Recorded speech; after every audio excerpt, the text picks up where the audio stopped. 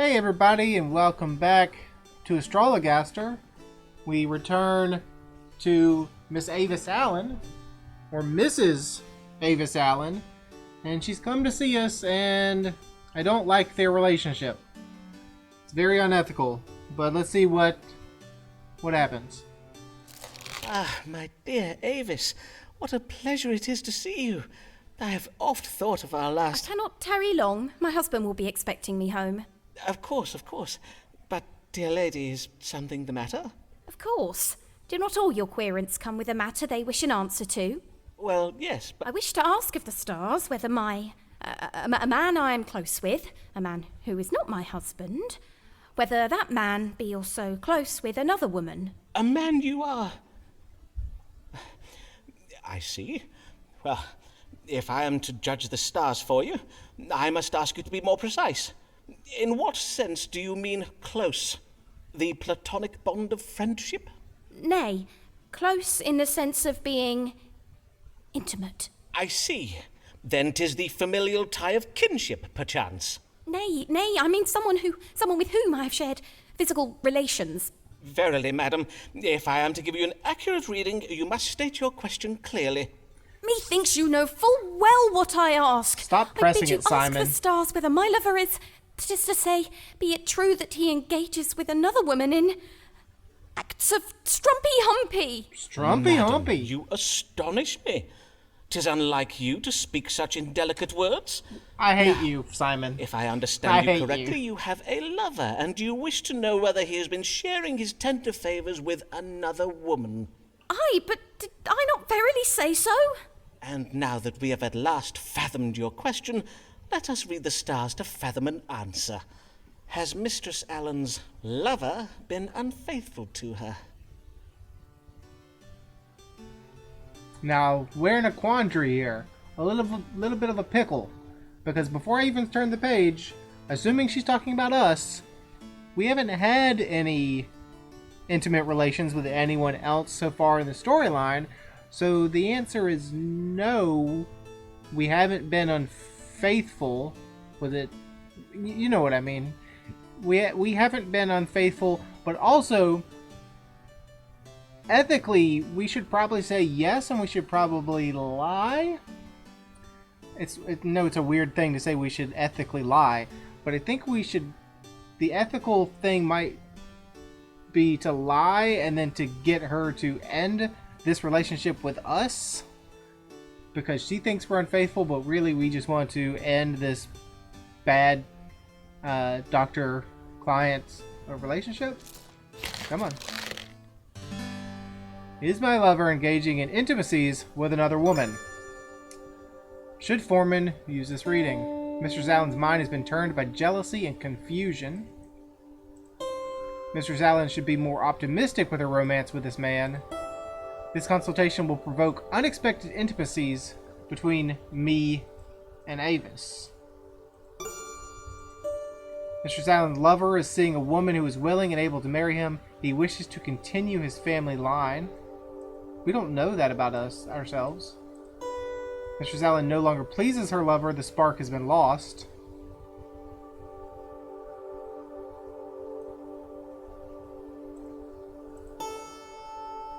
Mr. Allen's lover wishes to father a child.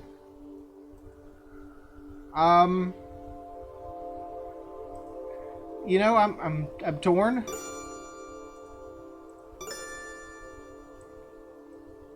I think potentially in the long run, this is the better answer, to lie and try to get out of the relationship. However, I'm going to not lie and go with A, even though that's probably a disastrous idea. But let's go for it. Let's spice things up. The stars are most clear, madam. Your lover has not been coupling with another woman. He has not. Forsooth, the stars say that your mind has been turned by jealousy and confusion. Now, if there is nothing further, madam... Oh, how relieved I am to hear you say this. Oh, Simon, what a fool I have been not to trust you. But you... this lover... 'twas me all along? Come on, You Simon. were not speaking of some other man? You knew it. I beseech you, pardon me, Simon. I had to know the truth from the stars, for I did hear tell of other women. My How patience. could you not see? No other woman is to me so dear and verily Is it not clear to you that I... Do you verily, Simon? Oh, my dear, sweet Avis. It's not a good place to be, Simon. The querent did wish to know whether her lover is engaging in intimacies with another woman. I did advise the querent that her lover remained loyal to her. The querent revealed that I was the lover she was referring to. This caused confusion, though it was quickly resolved. Methinks the querent is most pleased with me for the reading I gave today. Hey, one letter of recommendation.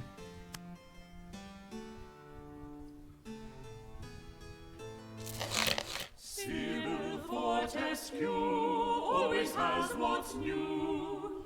Far ahead of friends of her friends. She oft gets her hands on goods from foreign lands. That Captain Fortescue sends. Okay, so she's a very trendy woman that has new and shiny things before everyone else. Miss Sybil Fortescue.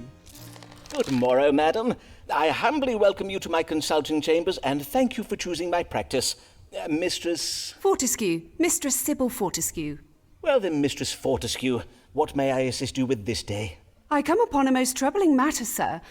I know not whether it is a medical matter or something else. I see. Pray describe your trouble to me, madam. Well, I suppose it all began with a dinner I hosted at my house last even. Mayhap you have heard of my dinners, Doctor Forman. They are much talked about. I have not, ma'am. Though I fear last evening's dinner will be talked about for all the wrong reasons. Talked about, you say? Yes, indeed, invitations to my dinners are much sought after, for I host the most desirable of guests, lords, bishops, poets, explorers, painters, and the like. Why, last eve I hosted the famous Robert Lord Devereux, the playwright William Shakespeare, and the Bishop of London You and did his not. wife. As well as fascinating conversation, at my table I serve the very latest and most original dishes. Last even, I served an exotic green vegetable called a potato. So crisp and refreshing. You shouldn't eat the green My ones. dear husband sent them home to me from the New World. Doubtless you have heard of my husband, Captain Fortescue. He is a great friend of Sir Walter Raleigh. I see. Your dinners do sound most excellent, Mistress Fortescue. But what occurred at last eve's dinner that has you so distressed? Well, in truth, 'twas after dinner. We all felt a strong desire to take some air, and so we left the table to take a turn in some pleasure gardens nearby. But then, as we were walking along the path, right in the middle of the gardens, in full public view... Pray do not distress yourself, madam. Prithee, take your time. My guests and I were, all of a sudden, stricken with pain. We began chundering and voiding from our... But there was nowhere to turn, you see. There were no bushes close by to shield our modesty. 'Twas unspeakable. I told you you A shouldn't eat moment, the green madam, as I note this potatoes. down. Abdominal pain and simultaneous upward and downward purging of a most sudden and violent nature. Now, let us see how these stars explain this most distressing and unsavoury event. What troubled Mistress Sybil Fortescue and her guests last eve? The fact that green potatoes are poisonous. That is your problem, ma'am. My guest and I were stricken last eve with abdominal pain, chundering, and voiding from the fundament. What ailed us? Sybil and her guests were troubled with evil digestion. Sybil Fortescue has taken a chilly cold. Mistress Fortescue is troubled with wandering hands. This suggests neurosis. No, you just ate bad potatoes. You shouldn't eat the ones that have exposed to the sun and turned green.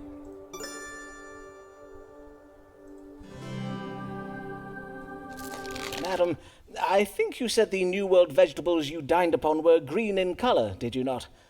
And you described them as crisp and refreshing, I think.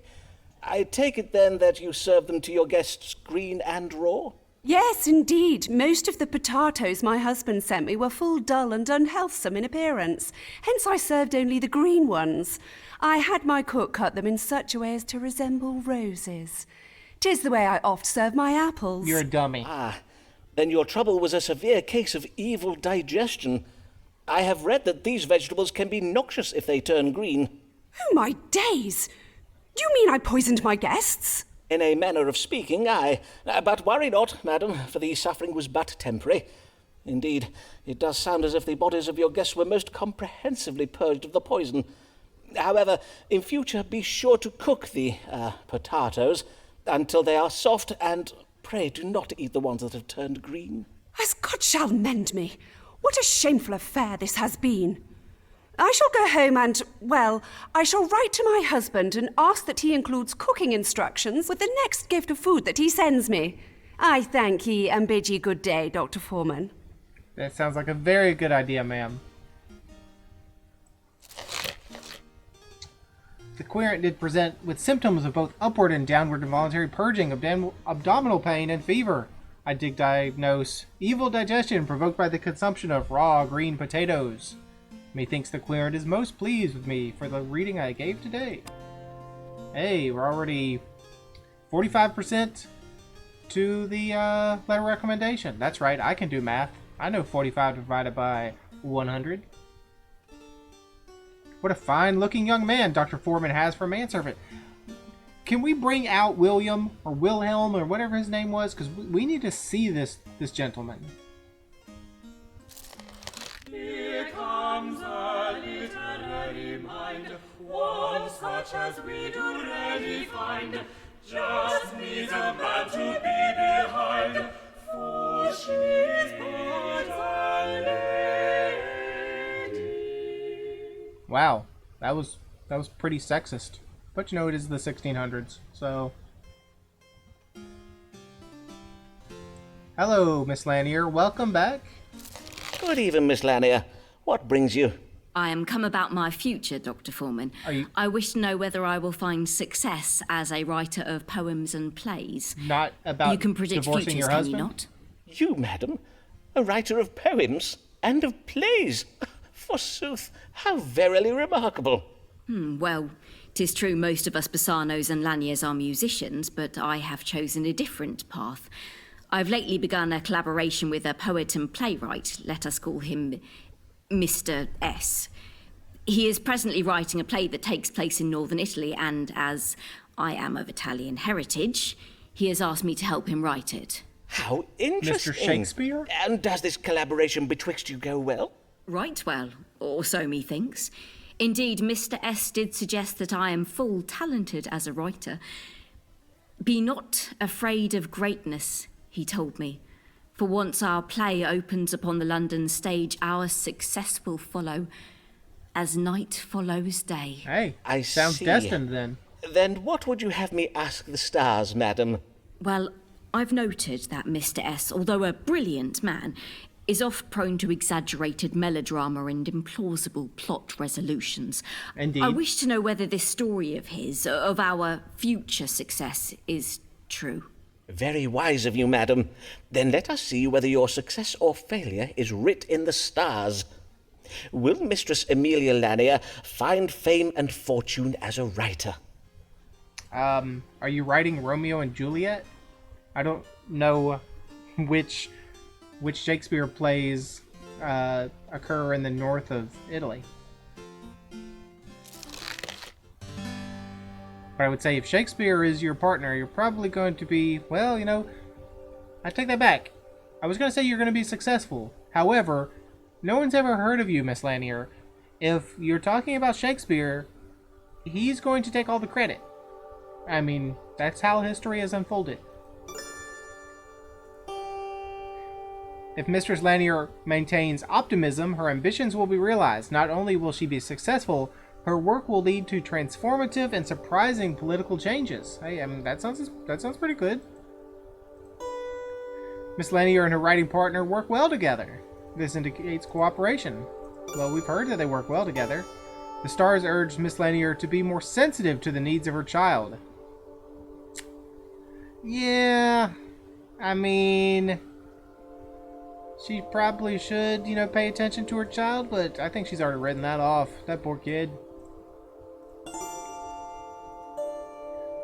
This house warns of a legacy marred by deceit and jealousy. This speaks of Mr. S indulging in creative theft.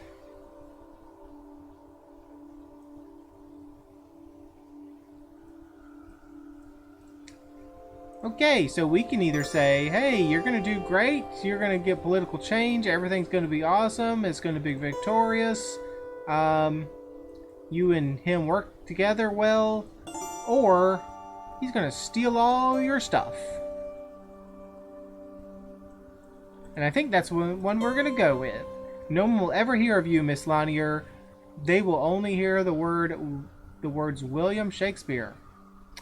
So please do not work with that man anymore.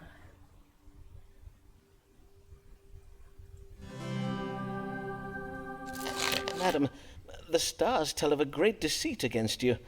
They suggest that your collaboration with Mr. S puts you at risk of, let me see here, creative domination and theft. The result being that you will reap little from your collaboration with Mr. S, but feelings of bitterness and jealousy. I cannot believe this of Mr. S. He is a right honourable man. I cannot believe such compelling insights into the human condition could be writ by such a knave as you describe. To be sure, he does oft indulge in wordplay for its own sake, thus cheapening and unnecessarily prolonging a scene. But nay, he is not a bad man. I know you mean well, Dr. Forman, but I believe your judgment of the stars must be wrong on this occasion. Ouch. Well, you know what? Future will tell. I've never heard of you, ma'am. And we're from the future, so... The querent did wish to know whether her activities as a writer would bring her success. I did warn the querent that her collaboration with Mr. S was based on deceit.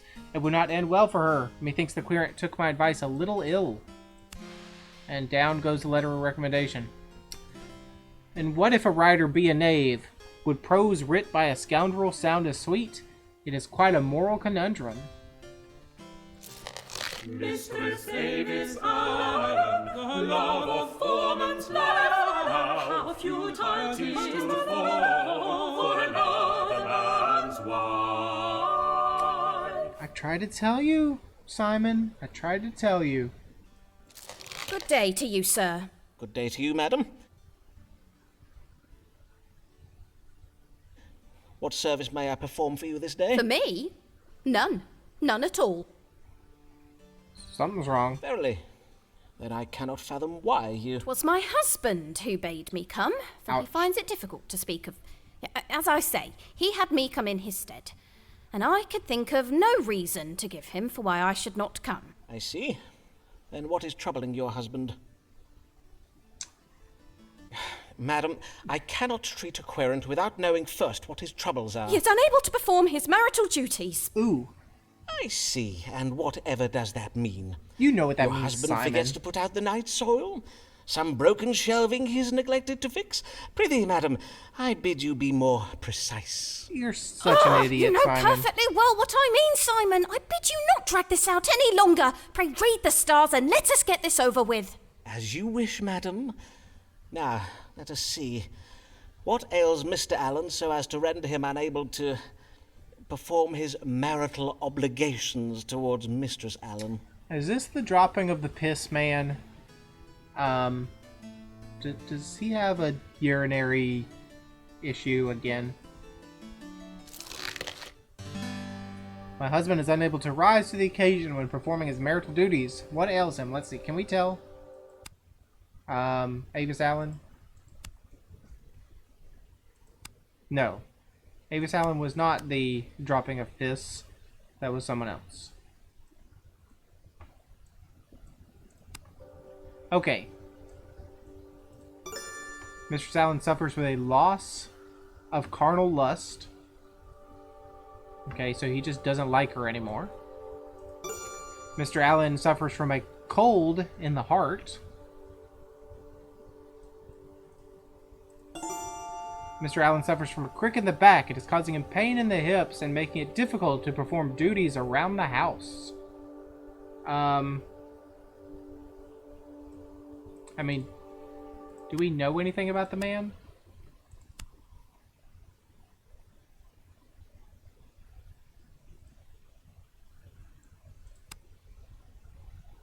Not really. I mean, other than the potential that he is perhaps seeing someone else, perhaps a Jesuit priest. Cricks of the back. He didn't want to come ask someone else about it. What would he be? Cold in the heart. This is long lasting, a disturbance of the mind. A mild enchantment cast by a witch.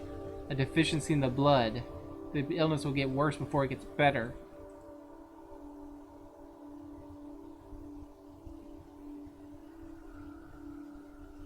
I mean, I don't think a crick of the back. She would know if he had a physical ailment. Cold in the heart. A mild imbalance of black bile suggests the illness will be long-lasting. Suggests a disturbance of the mind. I mean, honestly, I think he's just affected by the fact that you're doing something with Simon, and he kind of knows about it. But I'd hate to say that to her and get her to even further push away from her husband. So, it's going to be a long shot. I'm going to go with cold in the heart. Cold in the heart, whatever that is, let's go for that. And hopefully it's not a bad decision. Mr. Allen is afflicted with a cold in the heart, caused by an imbalance of black bile. The treatment for this is quite simple.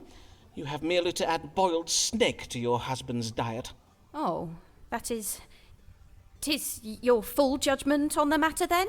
Yes, he is to eat boiled snake flesh. Be sure to gut the snake first, however. Then I will pass these instructions on to my cook. Well, I'd best be going now. Nay, prithee, bide a moment, if you will. The snake flesh cure, 'tis often effective, in truth.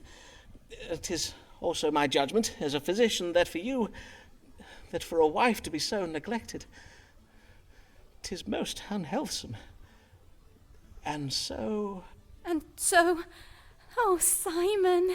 Oh, Avis. Like, that's all I could do is just sigh. Just these two. This is not a good place to be, Simon. The querent did come on behalf of her husband, who, it would appear, does suffer from dysfunction of the privy member. I judge Mr. Allen is suffering from a cold heart due to a chronic imbalance of black bile, and prescribed the consumption of boiled snake. Methinks the querent is most pleased with me for the reading I gave today. I shall say 100 Hail Marys before bed this even. Nay, 200. I mean, is that just what you do? You just want to keep sinning and then just do all your Hail Marys and assume that fixes everything? Is that how it works, Mrs. Allen? What doctors against him do make war? Doctors against him do make war. He makes love without a care. 'Tis true, Avis is not his my lord. But in love and war is fair. But in love and war is fair. Not sure I agree, but, you know, sure, whatever. Let's move on. Last even, 'twas like a dream. Never in my life have I felt so... Oh, my sweet Avis, 'tis true you are married, but surely a love as great as ours can transcend such earthly impediments. Dare I hope for... Nay, 'tis most unlikely. Or is it? Forsooth, there be no harm in asking the stars. Might Avis Allen one day be mine? No. Will Avis and I ever be wed? Avis Allen's loyalties lie with her family. Avis has betrayed her marriage vows. The damage this has wrought upon her marriage cannot be undone, and her past cannot be erased. I may be optimistic, for Mr. Allen will suffer ill luck and die. Avis will then be free to marry me. That's not a good thing to think on, sir. I'm not seeing things clearly. If I knew the truth about our relationship, I would presently be seething with jealousy. Avis is cunningly hiding a secret from me. Is she? Is she just doing this so that we get her pregnant and that she has a baby and then dumps us and says it's her husband's baby? Is this that Ace of Base song all over again?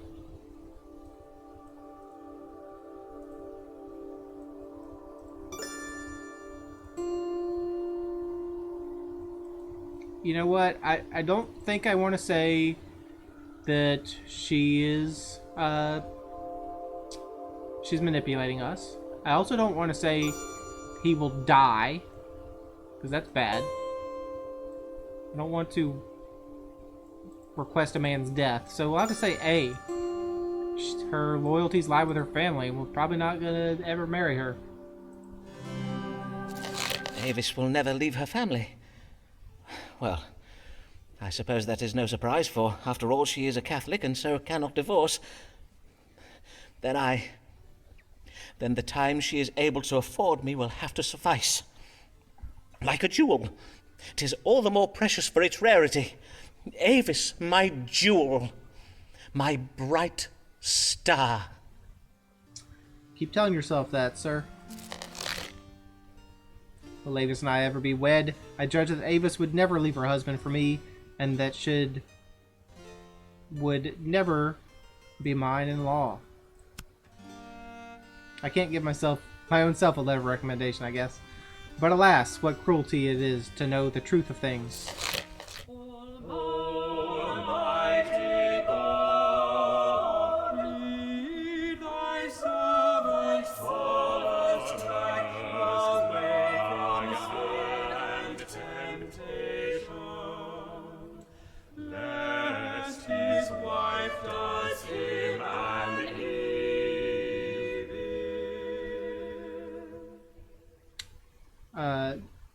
Good evening, Mr. Blagg. I'm terribly sorry about misinforming you about the ships last time. I hope I will do a better service to you today. Come, sir, come into my parlor. Tell me what troubles you. Good day, Dean Blagg. Fare you well? Most well indeed, and I will tell you why. The conquering cherub has lately returned home to England. That's great. Ah, this being the voyage you did invest in. Aye, and what a sound investment it was, for it has paid off most handsomely. The cherub's cargo of nutmeg and pepper will fetch a high price indeed. Forsooth, my earnings have enabled me to make a substantial investment in Sir Walter Raleigh's expedition to the New World. You should definitely do that. Methinks I've heard of this. 'Tis a quest to find the fabled lost city of gold, is it not? Or as the Spanish call it, El Dorado? The very same. For it is said that El Dorado does lie deep within the rainforests of the southern parts of the New World. You shouldn't do that. Hiding vast quantities of gold and precious jewels. Hence, what I would have you tell me is, exactly how rich can I expect to be made from my investment? I see. For if I am to be made very rich, I am afeard that news of my fabulous wealth may cause some jealousy among the clergy.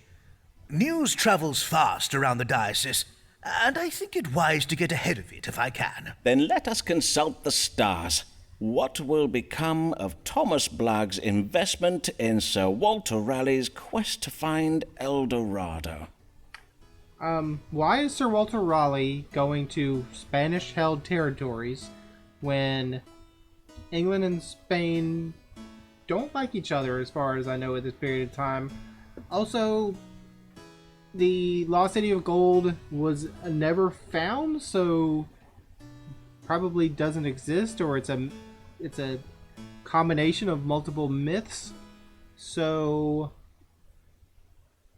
like, you should not invest in a myth. Will my investment in Sir Walter Raleigh's expedition to El Dorado pay off? Blag's finances will bring him unhappiness.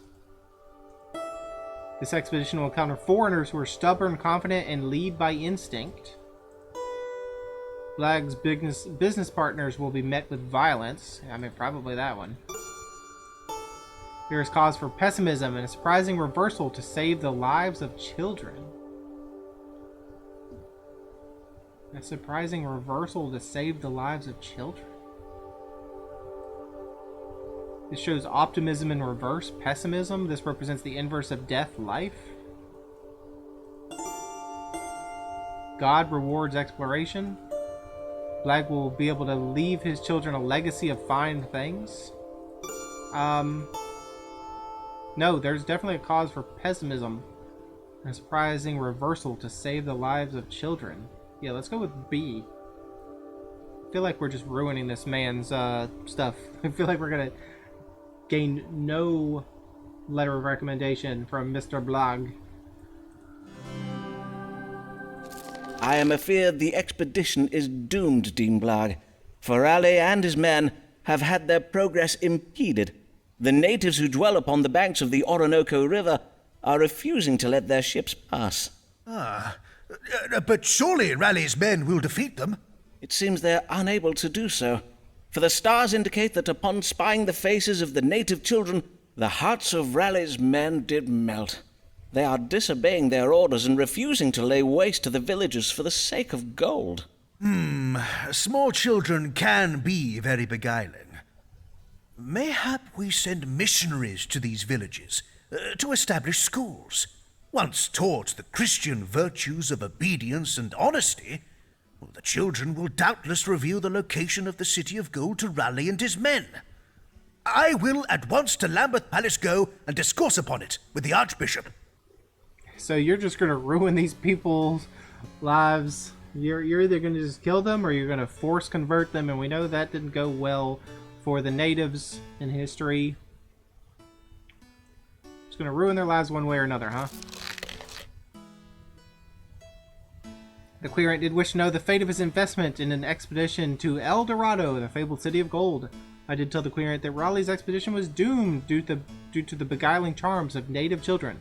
I'll have to spend on my own time looking up the history of Sir Walter Raleigh, because I don't think he ever went to look for the City of Gold.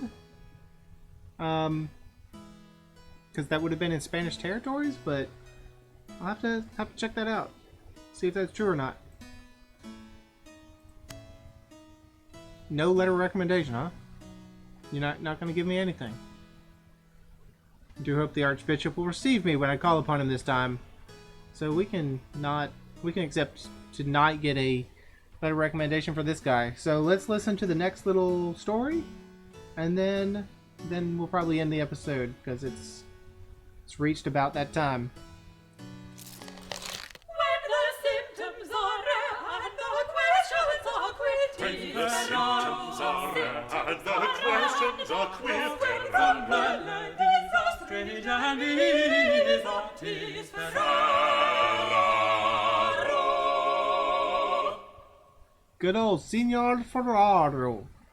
How did it go doing your business in the public street after kicking a dog, sir? We'll have to find that out in the next episode, or we may just ignore it, because that would be the proper thing to do, is just to ignore such a uncouth thing that we asked the man to do. But thanks for joining me. I hope you enjoyed it, and hope to see you again next time.